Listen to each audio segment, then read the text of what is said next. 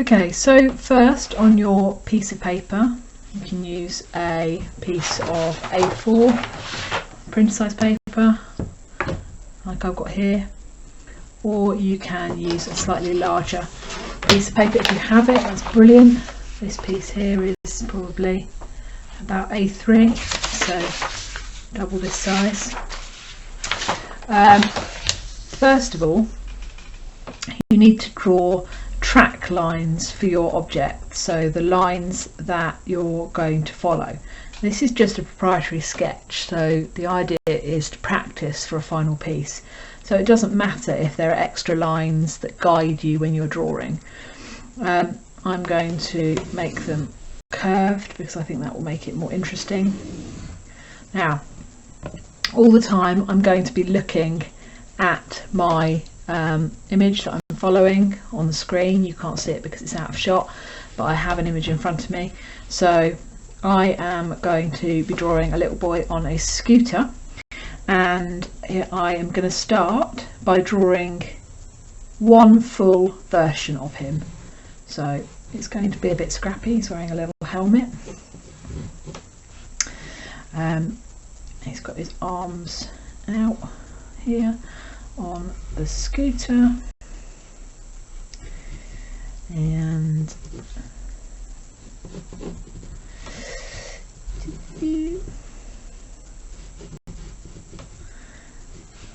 he has got his leg in the air. That's his shoe. Doesn't have to be the most perfect drawing in the whole world at all. And that is his other shoe, and let's draw in his scooter, which has got two wheels here and a stem that goes up, and he is standing on his scooter. You can see I'm just trying to get like the rough shapes in. So that is a little guy on his scooter, like that. Not even going to bother drawing his face. Okay, so there we go.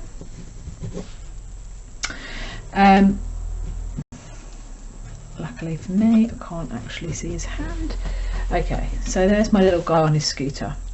Now I want to show that he is moving, so I'm going to draw multiple versions of him, and I don't have to draw the whole thing all over again in one go. I'm going to pick the elements, so the shapes that I've created. So I've created a little helmet for him, so I'm going to do that over and over again, and I'm going to have them slightly overlapping. I'm going to try and keep them about the same size. They're getting a bit bigger as I go along, which is not good, so you might have to just check in, take a step back and check that it's going right. So I'm making sure that the whole way along it's in line with this line that I've drawn. And it is a bit sketchy. You don't have to press as hard with your pencil as I am doing. Arguably it's better to do the drawing really lightly with your pencil first and then correct it later on. So now I'm going to do his head. You guys can take a little bit longer on it than I am doing, but I want to go moderately quick to show you. I'm not going to do every single one as I go along here. Now I need to do his shoulders. If you need to draw another line in to guide yourself, that's absolutely fine, you can do that. So his shoulder comes up like next to his head like this, so I'm gonna go along and do all of his shoulders, and I would do the whole line, but I'm just showing you guys how to do this. And then the front of his shoulder,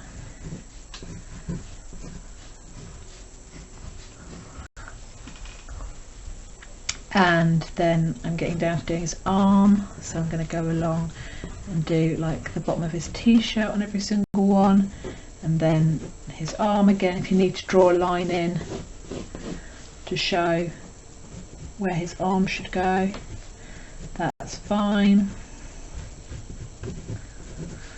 And as you go along, the shapes aren't going to, that you draw aren't all going to be exactly the same, and that's absolutely fine as long as they're just like an approximation. Get it as close as you can, but you'll never ever, no human being would be able to draw the exact same thing twice. It's just not really possible. So I'm going to bring that line of his back down on every single one, and obviously I would keep going all the way back. And then my eyes are starting to get a little bit confused about what I'm seeing, so I'm just going to take a second and sort of try and refresh my eyes. Always look at where something links up to something else. So at the bottom of, so top of his arm, I've forgotten to put the front of his body in, so now I need to go along and put the front of his body in that connects up to the top of his arm everywhere. And then I know that at the bottom of his body, his knee comes round like that. So at the bottom of every one of these lines I need to draw his knee like that, and then his leg comes up from the bottom of his knee like that, and then his foot is on the back of the leg, so I know that I need to put a foot on the back of every single leg like that, and so on and so forth. So I'm going to put another leg in the bottom of every single leg, and they are going to come down further at the bottom because it's curving round. And then he has a foot on the bottom of every single leg,